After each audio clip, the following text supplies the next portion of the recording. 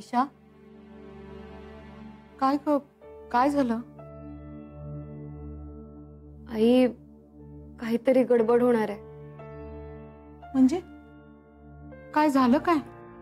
आई, आम्ही कितीही प्रयत्न केला की सरांना आमच्या प्लॅन्स विषयी कळू नये, तरी ते सरांना कधी ना कधी कळणारच आहे. तेव्हा त्यांना काय वाटेल? त्यांना माझा राग येईल, माझा तिरस्कार करतील ते. अगं, हे कसं शक्य आहे? जावई बापू आले होते इथे, किती प्रेमाने बोलत होते तुझ्याविषयी. काय? सर इथे आले होते? हो, इथे आले होते. सर काय बोलले? अगं, ते म्हणाले की तुम्ही इथे आलात तर मला खूप बरं वाटलंय, आणि बाबांना तर घेऊनच गेले ते. कुठे घेऊन गेले? अगं, बाबा म्हणाले त्यांना की इथे इतक्या मोठ्या घरात बसून बसून कंटाळा आलाय, करमतच नाही आम्हाला. मग ते म्हणाले चला मी तुम्हाला घेऊन जातो. कदाचित ऑफिसमध्ये घेऊन गेले असतील. अरे देवा, बाबा काही सांगणार तर नाहीत ना सरांना? तू इतकं टेन्शन का घेतेयस ईशा? आई, अगं टेन्शन घेऊ नको तर काय करू? तू बोलतेस ते सगळं जरी ठीक असलं तरी आई, सरांना एक जरी पुरावा मिळाला ना तरी सर सावध होतील, ते प्रतिवार करतील. बाबा काही सांगणार नाहीत ना सरांना? ईशा, तू नको काळजी करू. बाबा नाही सांगणार काही त्यांना.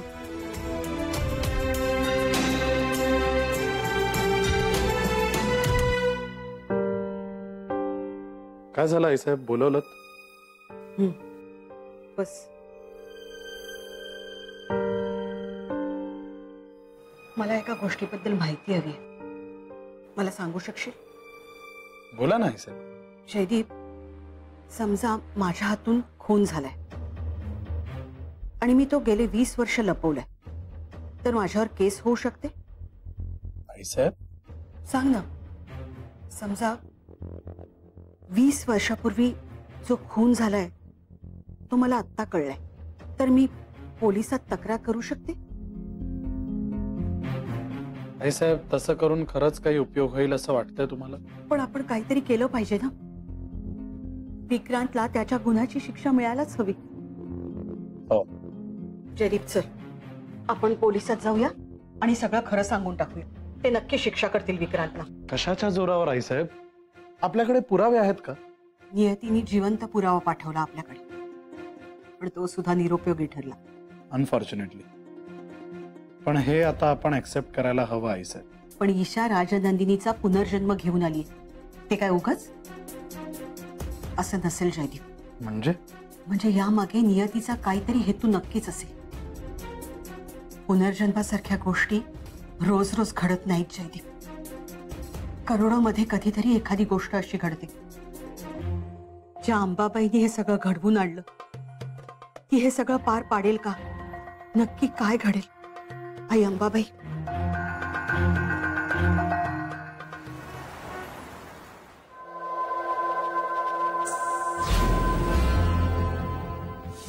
हा सगळा ईशाचा डाव आहे. ईशा हीच राजनंदिनी.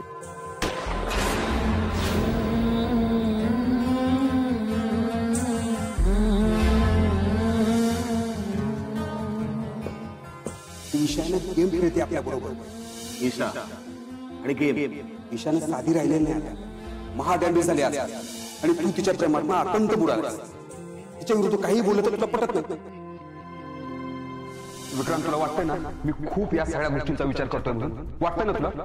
पण या जगात सगळ्यात जास्त तुझा विचार कोण करतो मला सांग? मी, विलास झेंडे, मी करतो. आपल्या मैत्रीसाठी जगतोय मी विक्रांत, तुला माहित आहे? हा विलास काय हे तुझ्याशिवाय जास्त कुणाला माहित आहे? आठवते तुले दिवस? कुठून सुरू झाली आपली मैत्री? आठव.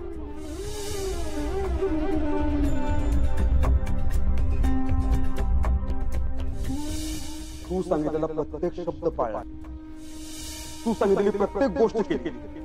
मी तुझ्याशी गद्दारी करेन असं तुला कसं वाटू शकतं विक्रांत? तू बदलला फक्त त्या ईशामुळे, आणि इथंच सगळं संपलं.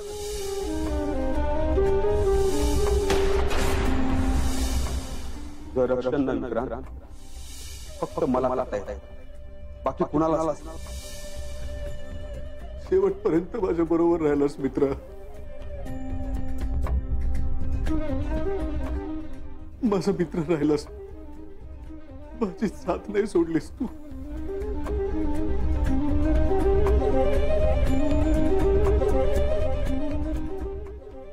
आयुष्यात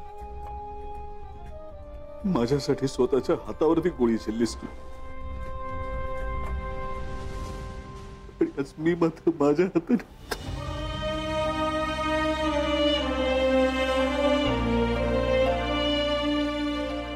माझ्या हाताची हिंमत कशी झाली तुझ्यावर गोळी चालवायची विलास.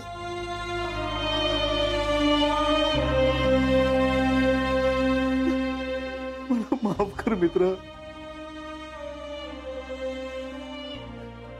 मला माफ कर मित्र, मला माफ कर Vilas.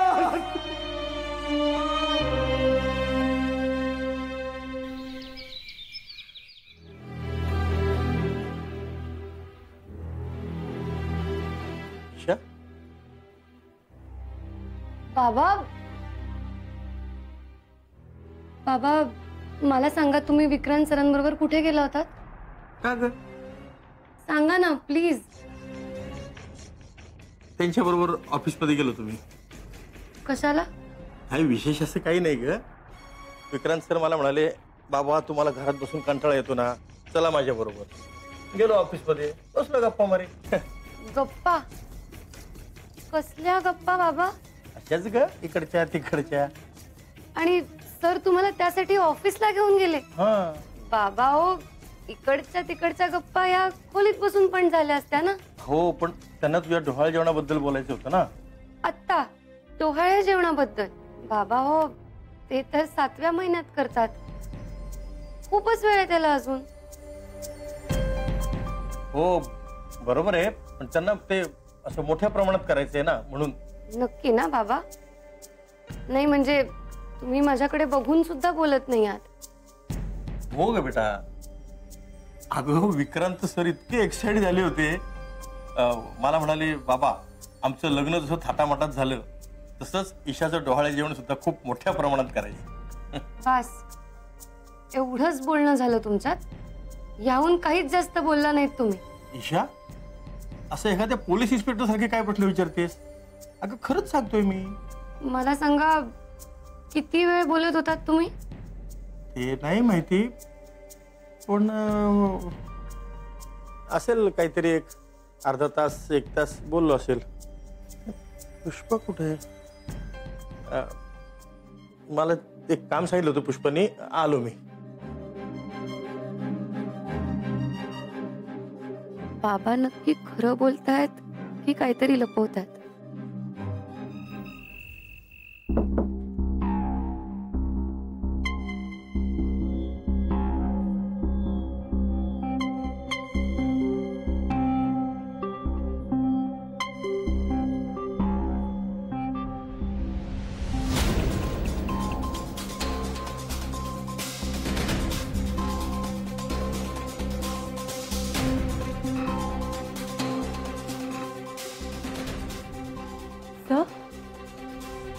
So are you okay?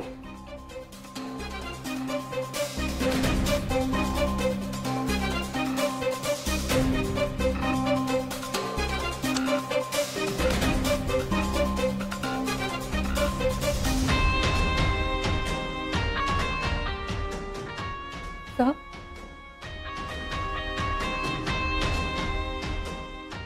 मी अंधारात का बसला होता? अंधारात कोणाला काहीच कळत नाही. आपल्याला वाटतं की आपण समोरच्याला अंधारात ठेवलं म्हणजे त्याला काही कळणार नाही, पण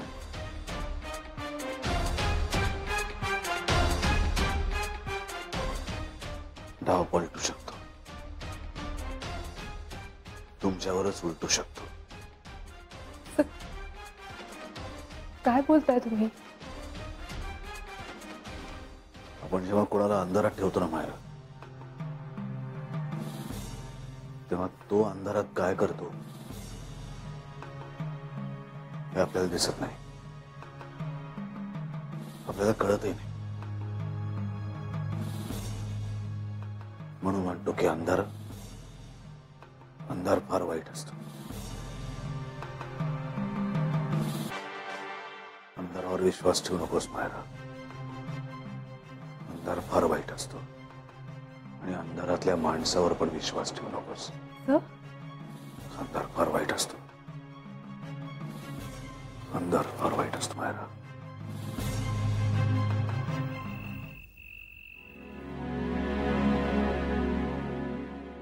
आईसाहेब मला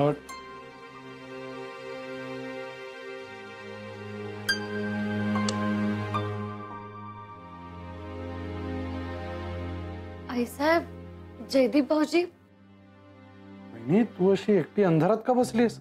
माझा विचार पक्का करण्यासाठी. कसला विचार? सरांना आपल्याविषयी संशय आलाय. व्हॉट? कशावरून? त्यांच्या एकूण वागण्यावरून आणि हालचालींवरून असं वाटतंय मला.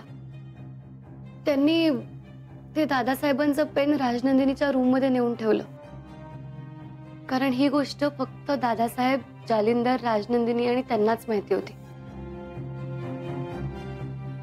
आणि सगळ्यात महत्वाची गोष्ट म्हणजे कधीच कोणाला सहज ऑफिसला घेऊन न जाणारे सर आज माझ्या बाबांना सहज ऑफिसला घेऊन गेले. मला वाटतंय की सरांनी नक्कीच काहीतरी बाबांकडून इन्फॉर्मेशन काढून घेतली असणार. हो, आणि दादाकडे ती नॅक आहेच. तो कोणालाही सहज बोलतं करू शकतो. आणि त्याचीच तर मला भीती वाटते. त्यात माझ्या बाबांचं विक्रांत सरांविषयीचं मत चांगलं आहे. त्यांचं म्हणणं असं आहे की सर आपल्याशी वाईट वागले नाहीयेत आणि माझ्यावर त्यांचं खरं प्रेम आहे. त्यामुळे मी राजनंदिनी आहे हे मी पूर्णपणे विसरून जावं अशी त्यांची इच्छा होती. हे सगळं जर बाबांनी विक्रांत सरांना सांगितलं असेल ना तर सरांना नक्कीच माझ्याविषयी संशय आला असणार. आणि बाबांनी जर का माझ्या पुनर्जन्माविषयी सरांना सांगितलं असेल तर विक्रांत सरांची तर खात्रीच पटली असणार आहे. पण मग आता तू काय करायचं ठरवलेस? सरांना त्यांच्या गुन्ह्यांची जाणीव करून द्यायचं ठरवलंय मी. कशी? मी त्यांना सरळ सरळ जाब विचारायचा ठरवलाय भाऊजी. ईशा, हे तू सगळं नक्की करणार आहेस? हो आईसाहेब. का? यापूर्वी तर तुला हे पुढे न्यायचं नव्हतं. ईशा म्हणूनच निर्णय घेतला होतास ना तू? आईसाहेब, माझ्या बाळाची बातमी कळल्यावर माझे आई बाबा माझ्या मागे लागले की मी आता फक्त माझ्या बाळाचा आणि माझ्या संसाराचा विचार करावा. त्यांचं प्रेम मला बाळाचा विचार करायला भाग पाडत होतं आणि त्यामुळे मी काही क्षण तिथे ओढली गेले. आता हा विचार का बदललास? आईसाहेब, कारण मला कळत होतं की विक्रांत सरांना त्यांच्या गुन्ह्यांची जाणीव करून देणं हे तुमच्यासाठी आणि जयदीप भाऊजींसाठी किती महत्वाचं आहे ते. मला तुमची नाराजी सुद्धा कळत होती. मला हेही कळत होतं की हा तुमच्या अस्तित्वाचा प्रश्न आहे. म्हणजे सगळं तू आमच्यासाठी करतेस? आईसाहेब, ईशा म्हणून झालेल्या माझ्या पुनर्जन्माचा हेतू विसरून कसा चालेल मला? ह्या ना त्या प्रकारे नियतीने संकेत दिले मला. विक्रांत सरांना ते पेन मिळणं हा त्याचाच तर एक भाग आहे. नाहीतर विक्रांत सरांपर्यंत ते पेन कसं पोचलं असतं? ह्याचाच अर्थ मी जरी हे सगळं विसरायचा प्रयत्न केला असला तरी सरांपर्यंत क्लूज पोचलेच. त्यामुळे आता ते गप्प बसणार नाहीत. ते आपल्यावर वार करणारच. आणि आईसाहेब, त्यांनी वार करायच्या आधी आपण पहिल्यांदा वार केला पाहिजे असं वाटतं मला. आपल्या घरावर आतापर्यंत त्यांनी जो अन्याय केलाय त्याचा बदला घेण्याची हीच वेळ आहे साहेब. राजनंदिनी,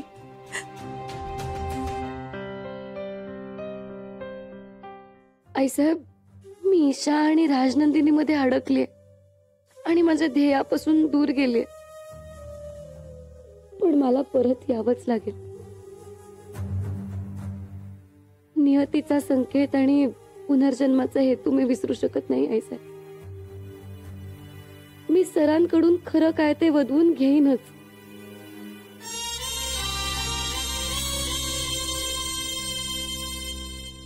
राजनंदिनी, काय ऐकतोय काय मी हे सगळं?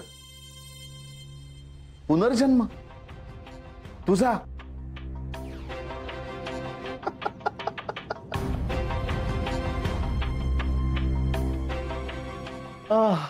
कमाल कमाल आहे, कमाल आहे. माझ्या नशिबाची खरंच कमाल आहे.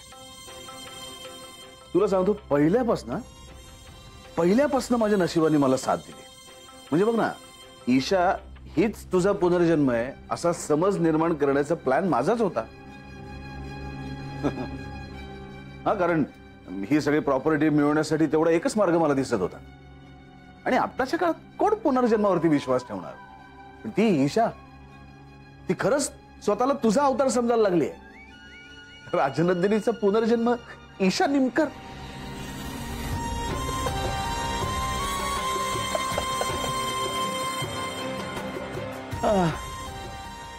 आणि त्या पुनर्जन्मामध्ये तिने आईसाहेब आणि जयदीपला सुद्धा अडकवले. आणि ते सुद्धा दोघं तिला तुझ्याबद्दलच्या जुन्या आठवणी सांगून सांगून अजून पितवत आहे. त्या ईशाला जर खरंच असं वाटत असेल ना की ती तुझा पुनर्जन्म आहे, तर तिच्या डोक्यावर परिणाम झाला. कसं असेल तर चांगलंच आहे, वाईट काय? ठीक आहे, तिला तसं वाटायचं तर वाटू दे.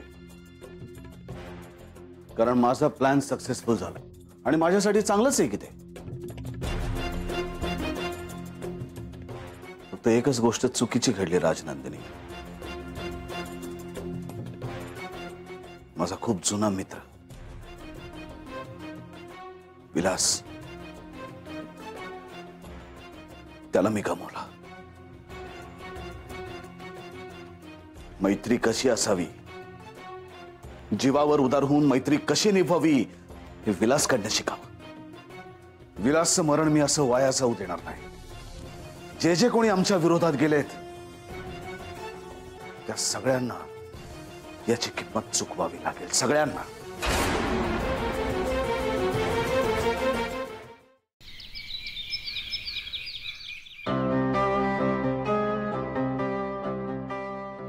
सर, जा. थँक्यू.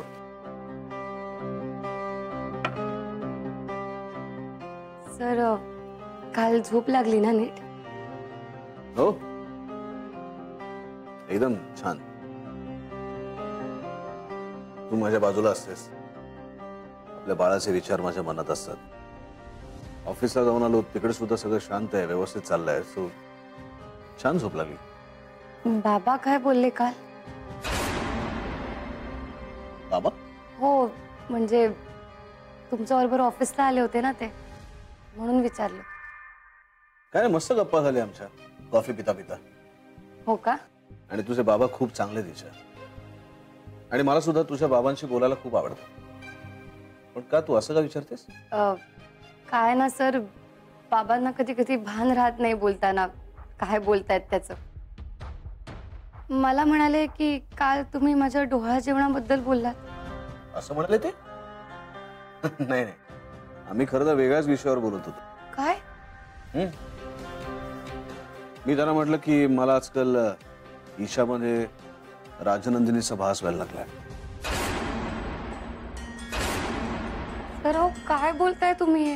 मी त्यांना सांगितलं की आजकाल ईशा मला राजनंदिनी सारखी दिसायला लागले. मला असं वाटतंय की ती आता माझ्या विरोधात जाणार आहे आणि माझ्याशी विश्वासघात करणार आहे. तर अहो, काय बोलताय तुम्ही? काय झालं?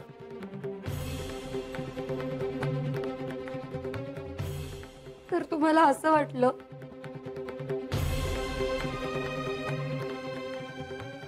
ईशा, गंमत केली मी तुझी, लगेच डोळ्यामध्ये असू. हा, खरंच गंमत केली मी. ट्रस्ट मी आणि बाबा आम्ही डोहाळ जेवणाचंच बोलत होतो. ईशा, मला माझ्या येणाऱ्या बाळाचं खूप कौतुक करायचंय आणि तुझं डोहाळ जेवण सुद्धा खूप मोठ्या प्रमाणात करायचंय. तेच तर आम्ही बोलत होतो. आपलं लग्न कसं आपण थाटामाटात केलं, तसंच तुझं डोहाळ जेवण सुद्धा खूप मोठ्या प्रमाणात करायचंय.